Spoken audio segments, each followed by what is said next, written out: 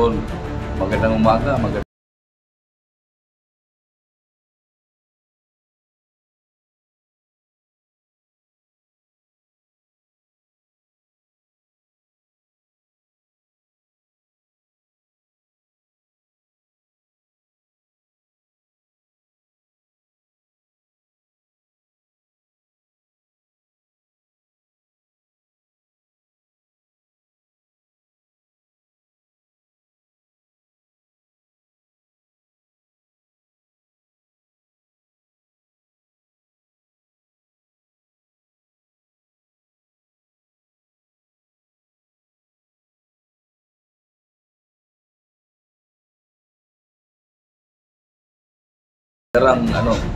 mga bayarang tao na ipa-impeach si VP Sara dahil daw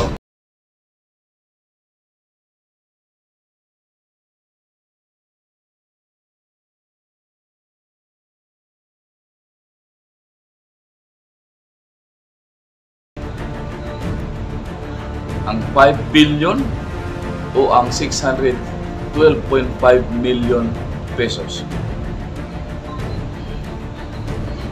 Ano ang ibig sabihin niyan?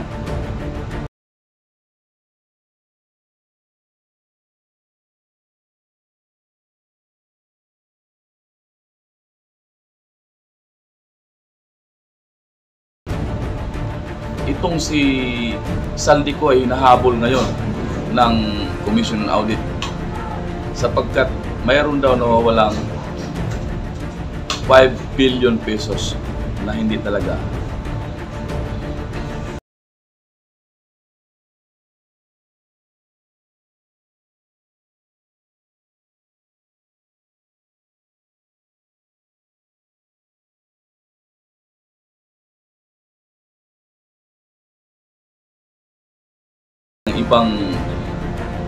Ng ibang malaking Pilipino na nahimik lang. Ang iba dyan ay mga loyalista.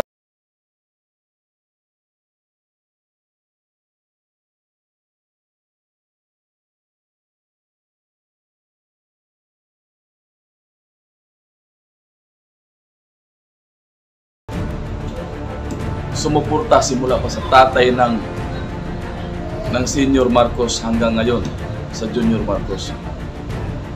Ito, panoorin natin itong balita na to. Pero bago yan, kung bago pa lang kayo dito sa ating channel, please like, share, and subscribe para updated kayo dito sa Buhay Pinoy TV News and Opinion. Tara na! Habang sinusuri ni Pangulong Bongbong Marcos ang proposed 2025 budget, patuloy ang batikos sa panukalang ipinasa ng Kongreso. Para sa ilang mga retiradong opisyal ng militar at pulisya, hindi pinaprioridad ng spending bill ang seguridad ng bansa. Ang detalye mula kay Francis Folve sa kanyang agenda report.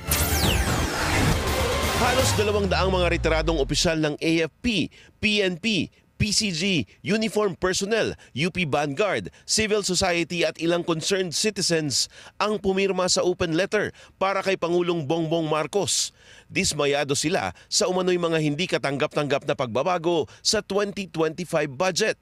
Aksaya lang daw ang mga pagbabago at maisasantabi lang ang mga mas kailangan ng mga Pilipino, kabilang ang national security. Hiling nila sa Pangulo, ibalik ang budget sa Bicameral Conference Committee para sa mas komprehensibo at transparent na assessment. Isa sa pumirma sa open letter si Pablito Villegas ng UP Vanguard. Kwento niya, Marcos loyalist siya, pero hindi niya daw kayang tiisin na manahimik sa nakikitang problema sa pipirmahang budget. I think the president is being manipulated by some powers that be. No? I am with the president on this matter. I used to serve President Marcos Sr. and I believe this guy. I served this guy when he was governor. Oh, I think this man is a good one, but when he is being influenced, when he's manipulated because of bad politics, then marami niyan yung resulta. Dagdag ni Villegas, dalawa ang opsyon ng Pangulo. Pwedeng total veto o line veto. Pero ang inaasahan daw nila ay ang itotal veto at ibalik ito sa mga mambabatas. Line veto will not solve it eh. Opo. Doon pa rin yan. Hindi mo masosolve yung line veto yung political patronage. Hindi mo masosolve ng line veto yung mga iniquity, yung mga yung favoring the DPWH. Siguro to a certain extent. Opo. But this is according ko nga to my Brad, si the former Committee on Appropriations na author ng Syntax Law, si Congressman Ungab, who now belongs to the opposition, that is the worst budget he has ever seen in the last 15 years of his presence in Congress. Sa ngayon, nakabinbin pa rin sa tanggapan ng Pangulo ang budget para sa susunod na taon. Umaasa ang grupo ni Villegas na magiging patas at maka-Pilipino ang gagawing aksyon ng Pangulo rito.